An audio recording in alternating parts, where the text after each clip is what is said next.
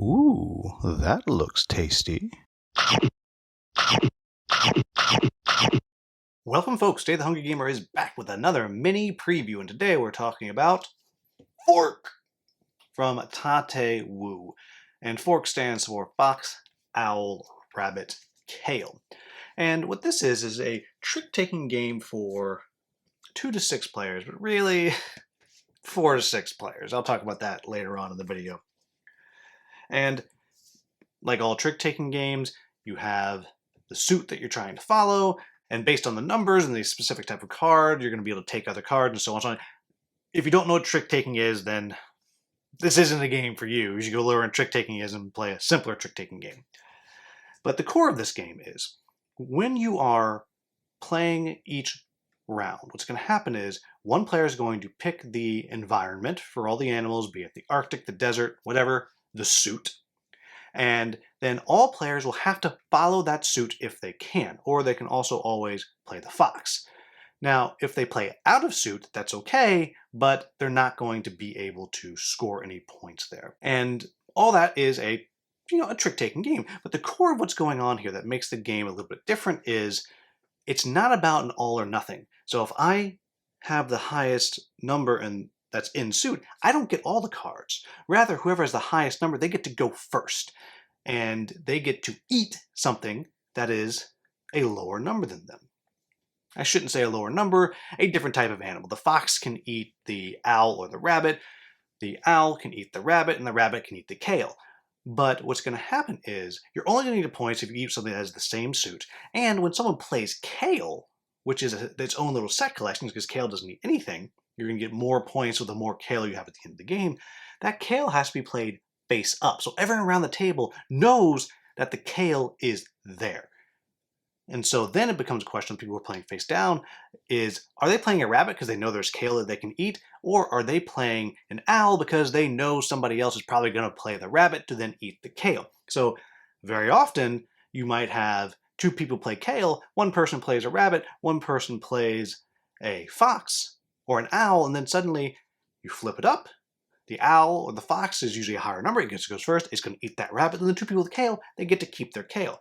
Or maybe it works out that the rabbit does get to eat the kale. It's going to take that kale. And the points that you're going to store are going to be the cards that you eat. So if I play a fox and I eat a rabbit, the rabbit is the card that I take. And the points that are on the rabbit card are going to be the points that I have. And that's the game. There's a little more minutia here and there, but that's it. That's what's going on. So what do I like about this game? I think it's clever. I mean, first off, we have to say anytime that there is a game that is this size, and this is the whole game, I like that. I can throw it in a backpack, whatever, no problem. Very, very easy to do. And it's got this cute kind of little cartoonish little art on it that either you're going to dig or you're not. I mean, just as you can see, cute little fox right there. I'll pull up one of the rabbits here. I mean, who doesn't like a cute little bunny? But really, that's it. And I think it's very portable. It's cute. It's easy to actually play once you figure out what's going on. For my brain, had a little bit of a hard time kind of processing what was going on, but everyone else that I've introduced this to did not have a hard time with that. But all in all, I think what it does is it's taking trick-taking and it's doing it a little bit differently. And really, that's what I'm looking for nowadays in a trick-taking game. Now, for me, I am not the type of person that loves trick-taking in general. I enjoy it fine. So anytime that you can take trick-taking, make it a little bit fresh, add something new that I haven't done before, and keep it a short, quick game, I am there for that. And I think that's what this one does. So what are my quibbles with the game? And I only have 1.5. The first one is you gotta be down with eating those cute bunnies and stuff. I know one person I played with, they said that they felt really bad eating the bunnies and they just didn't want to do it. So there's that. That's the half. But the only real substantive quibble that I have is, yes, it says you can play the game at 2, don't play the game at 2. You can play the game at 3, don't play the game at 3. 4, 5, 6, that's where this game shines. That's where you're going to want to play this.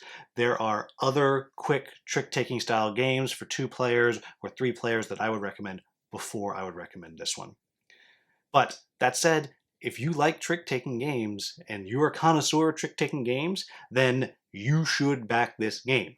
Period. No reason not to, because it's doing stuff that, at least to me, in my not extensive knowledge of trick takers, but my decent knowledge of trick takers, that is doing something different. So there you have it, folks. As always, if you found this video useful, please like, subscribe, and share. Thank you so much for watching. Have a wonderful, wonderful day.